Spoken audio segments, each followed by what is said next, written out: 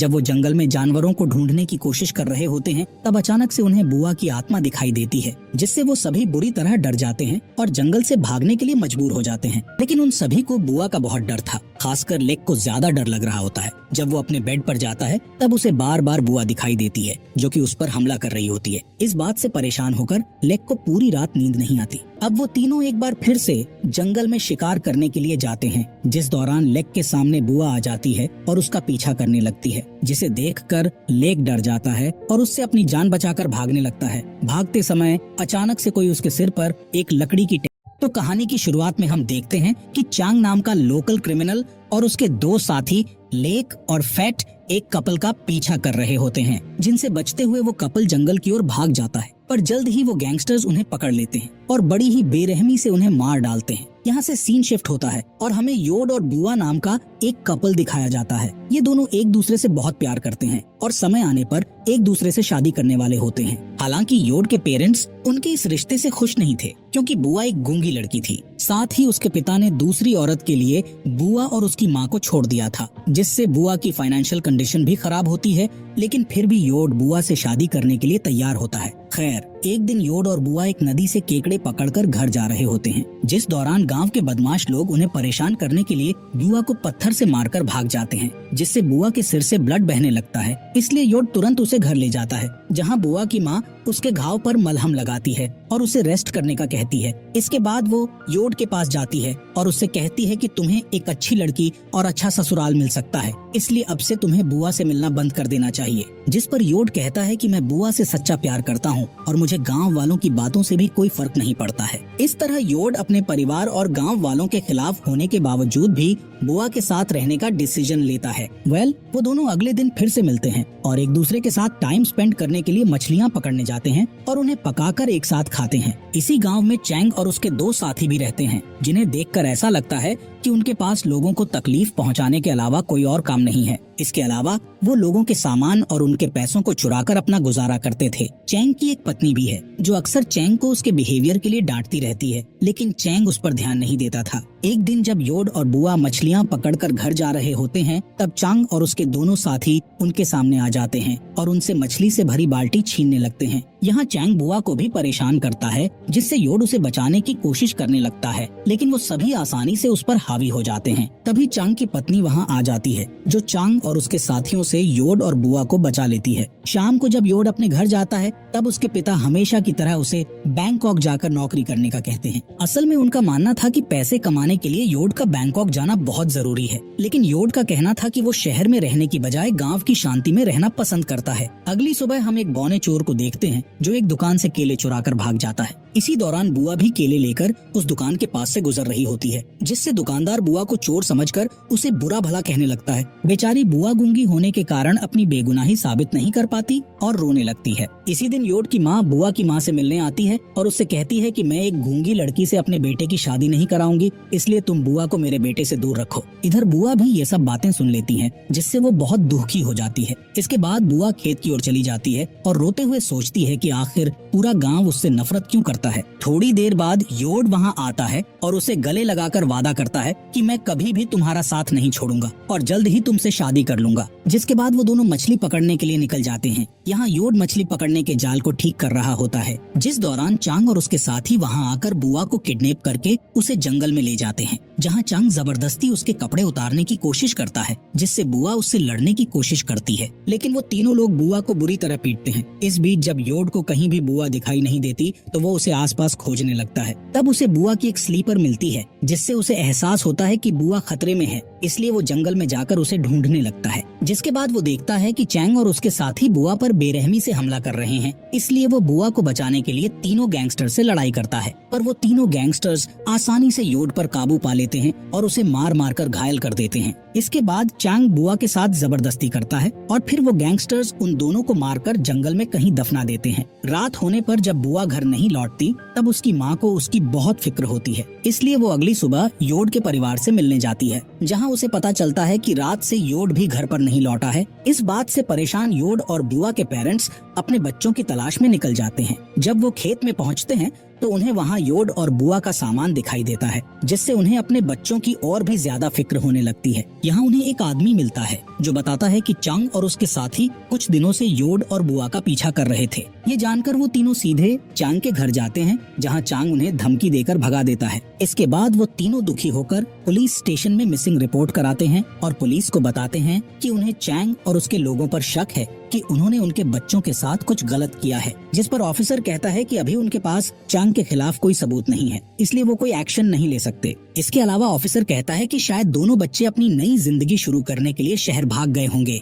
इसके बाद हम चांग के एक साथी लेक को देखते हैं, जो जंगल में अकेला घूम रहा होता है। असल में उसे अपने किए क्राइम का बहुत गिल्ट था और वो अपने गिल्ट से भाग नहीं पा रहा था। कुछ ही समय बाद चांग और फेट उसके पास आते हैं और उससे पूछते हैं कि क्या तुम ठीक हो, जिस पर लेक कहता है कि मैं कुछ दिनों से बहुत बुरा महसूस कर रहा हूँ और अपने आप को बदलना चाहता हूँ। इसके अलावा वो चांग और फेट को भी बुरे काम छोड़ने का सुझाव देता है। ये सुनकर चांग को उस पर गुस्सा आ जाता है और वो अपनी गन निकालकर लेक पर तान देता है। यहाँ चांग लेक से धमकी देते हुए कहता है कि अगर पुलिस को हमारी करतूतों के बारे में पता चला तो मैं तुम्हें जान से मार दूंगा। अब तीनों शिकार करने के लिए जंगल के अंदर चले जाते हैं। जब वो जंगल में जानवरों को ढूंढने की कोशिश कर रहे होते हैं, तब अचानक से उन्हें बुआ की आत्मा दिखाई देती है, जिससे वो सभी बुरी तरह डर जाते हैं और जंगल से भागने के लिए मजबूर हो जाते हैं।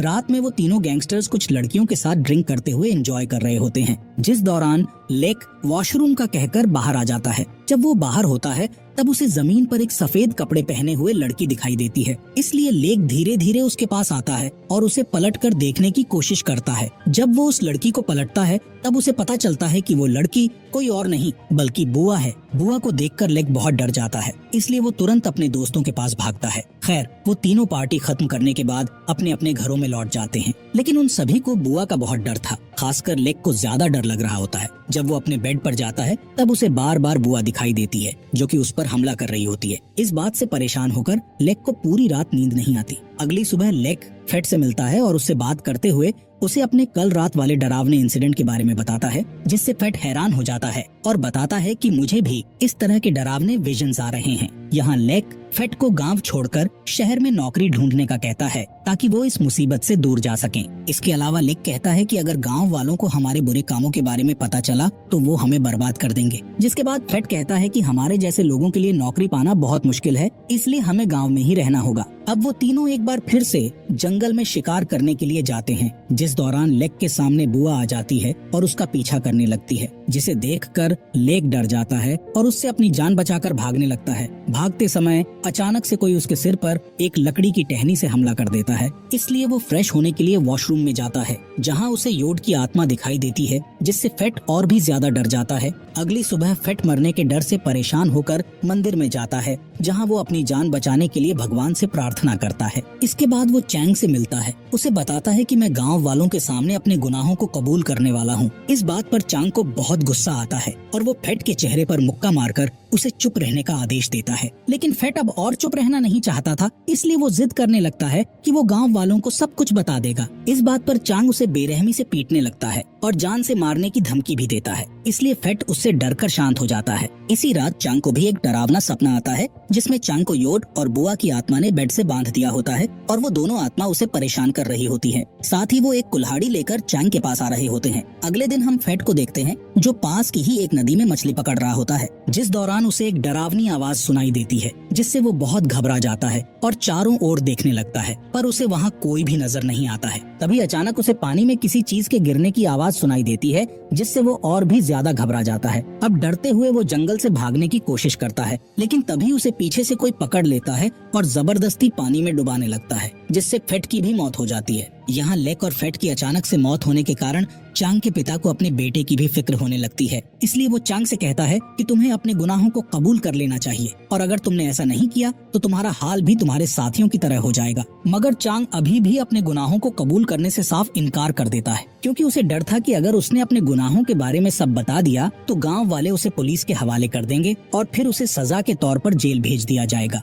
इसके बाद जब रात में चांग अपनी वाइफ के साथ सो रहा होता है है तब उसे किचन से कुछ आवाज सुनाई देती है, जिसे सुनकर वो चौंक जाता है और अपनी वाइफ को जगाकर उससे पूछता है कि क्या तुमने अभी किचन से कोई आवाज सुनी थी। यहाँ वाइफ उसे कुछ जवाब देने के बजाय उसे बुरी तरह डांटती है, क्योंकि चैंग ने उसे जगाकर उसकी नींद खराब कर दी थी। खैर, चांग की वाइफ दोबारा सो जाती है और चांग भी सोने की कोशिश करता है, पर तभी चांग को एक बार फिर से वही आवाजें सुनाई देती हैं, जिससे चैंग बुरी तरह डरने लगता है। इसलिए वो तुरंत उठता है और लाइट ऑन करने के लिए जाता है, जहां उसे पता चलता है कि उसके घर की ट्यूब लाइट खराब हो गई है। अब क्योंकि चांग को अंधेरे से डर लग रहा था, इसीलिए वो मोमबत्ती जलाने का सोचता है, पर जब वो मोमबत्ती जलाता है तब मोमबत्ती अपने आप ही बुझ जाती है। जिसके बाद चांग दोबारा उस मोमबत्ती को जलाता है और जैसे ही वो पीछे मुड़ता है तो उसके सामने बुआ की आत्मा आ जाती है, जिससे चांग बुरी तरह डर जाता है। पर किसी तरह वो एक चाकू उठाता है और बुआ के ऊपर बार बार अटैक करने लगता है, जिस दौरान उसे एहसास होता है कि उसने चाकू से बुआ पर नहीं बल्कि अपनी वाइफ पर हमला किया था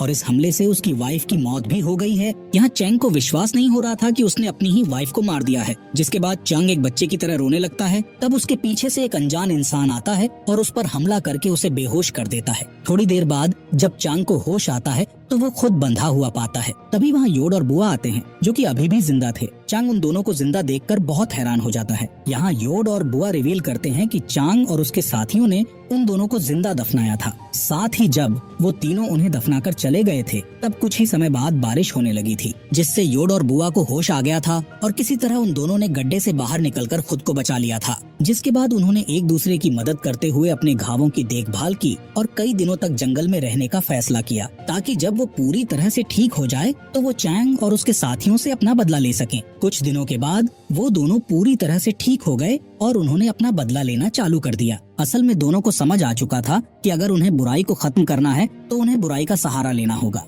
खैर, तब से ही दोनों ने बदला लेने के लिए अपने दुश्मनों को परेशान करना शुरू कर दिया था और फिर उन्हें एक एक करके मार डाला था। योड और बुआ की पूरी बात सुनने के बाद चांग उनसे अपनी जिंदगी की भीख मांगने लगता है, पर वो दोनों उसकी कोई भी बात नहीं सुनते और उसे जान से मारकर अपना बदला ले लेते हैं। इसी के साथ ये मूवी यहीं पर खत्म हो जाती है।